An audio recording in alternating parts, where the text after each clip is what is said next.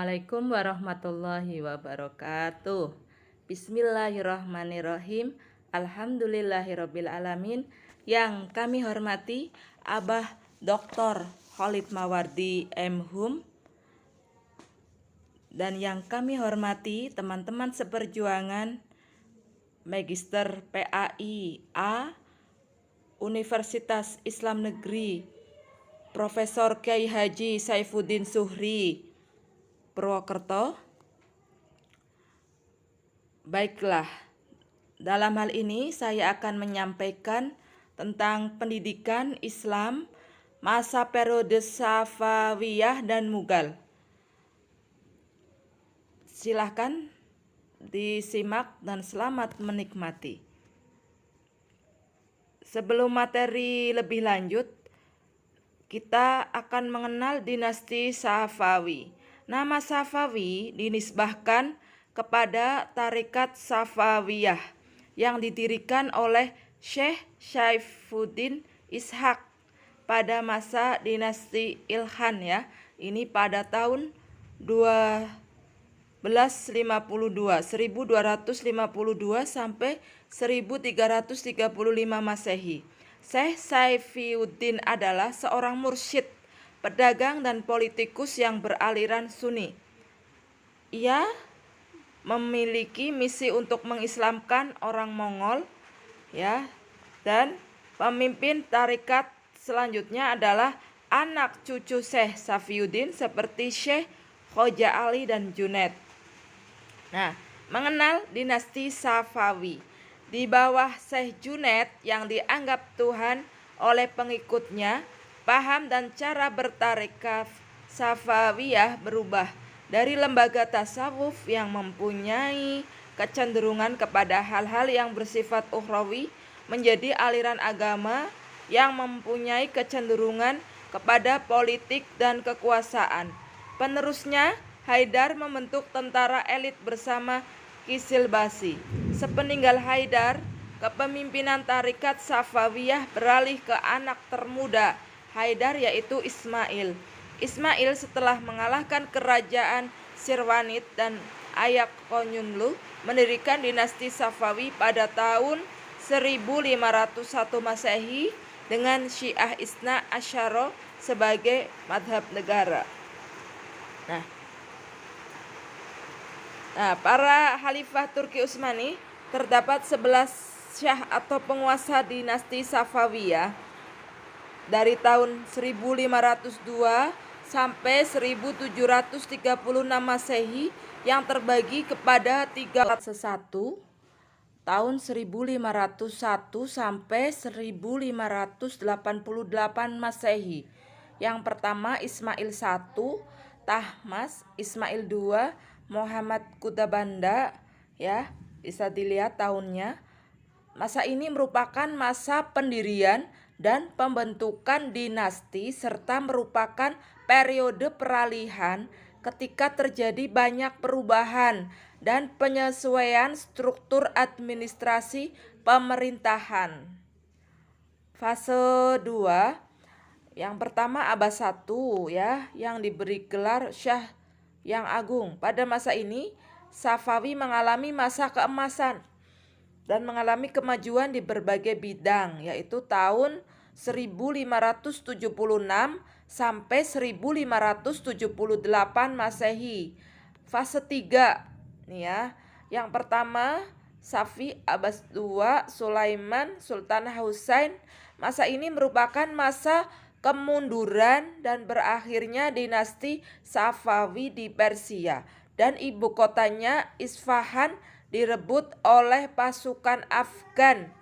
Dua syah terakhir Tahmas tahun 1722 sampai 1732 Masehi. Ya, perluasan wilayah batas utara yaitu daerah Transosani, selatan Teluk Persia, timur sampai barat Sungai Efrat. Nah, basis sosial politik dan tradisi keagamaan. Syah memiliki 3 kedudukan, yaitu sebagai titisan Tuhan, Syekh Tarikat dan keturunan Imam Mahdi, Musa Al-Kadhim, Syiah Itsna Asyara sebagai madhab resmi negara. Pasukan militer Kizilbashi mendapat posisi strategis sampai masa Shah Kutabanda. Struktur pemerintahan kerajaan Safawi. Secara administratif, struktur pemerintahan kerajaan Safawi. Secara administratif, struktur organisasi pemerintahan Safawi secara horizontal didasarkan pada garis kesukuhan, kedaerahan, sedangkan secara vertikal mencakup dua jenis, yaitu istana dan sekretariat negara. Dalam hal kesukuan ya, suku Turki merupakan bangsawan militer. Suku Tajik memegang posisi di kementerian dan sekretariat negara. Selain itu, akuntan, pegawai administrasi, pengumpul pajak, dan administrasi keuangan, dan dari suku Persia menjabat sebagai sadr, ketua lembaga agama. Aktivitas penyelenggaraan negara diatur oleh Dewan Amir yang terdiri dari Amir, Wazir, sejarawan istana, sekretaris pribadi Syah, dan kepala intelijen. Urusan rumah tangga kerajaan ditangani oleh Nazir Bayutat yang didukung oleh sejumlah bengkel kerja atau lembaga industri kerajinan. Ya, itu menghasilkan barang-barang seperti tekstil dan karpet. Urusan hukum yang diterapkan dalam masyarakat di bawah tanggung jawab Sadarat. Adapun urusan hukum yang berkaitan dengan istana berada di bawah tanggung jawab Qadi Al-Qudat, Mahkamah Agung, dan Syekh Al-Islam. Masa keemasan kerajaan Safawi. Masa keemasan kerajaan Safawi adalah pada masa Shah Abbas I, Shah yang Agung. Masa keemasan dinasti Safawi yaitu ditandai dengan kemajuan meliputi semua bidang. Dalam bidang pendidikan, ya, terutama untuk perkembangan mazhab Syiah, didirikan sekolah teologi serta didirikan pusat kajian Syiah di 3 kota, yaitu Qum, Najaf, dan Mashhad. Dalam bidang ekonomi, kemajuan di bidang pertanian dan budaya wakaf. Kemajuan di bidang tasawuf, ya, tasawuf filsafat ditandai dengan berkembangnya filsafat ketuhanan yang kemudian terkenal dengan filsafat Isyraqi atau pencerahan. Salah satu tokohnya adalah Mullah Sadra, ya. Di bidang politik terciptanya stabilitas negara dan perdamaian dengan Turki Utsmani dan dinasti Mogul. Keruntuhan dinasti Safawi. Kemunduran kerajaan Safawi mulai terlihat sepeninggal Abbas I. Ketidakcakapan para penguasa sepeninggal Abbas I dalam mengendalikan sistem pemerintahan dan keacuhan mereka akan persoalan kemasyarakatan dan kenegaraan.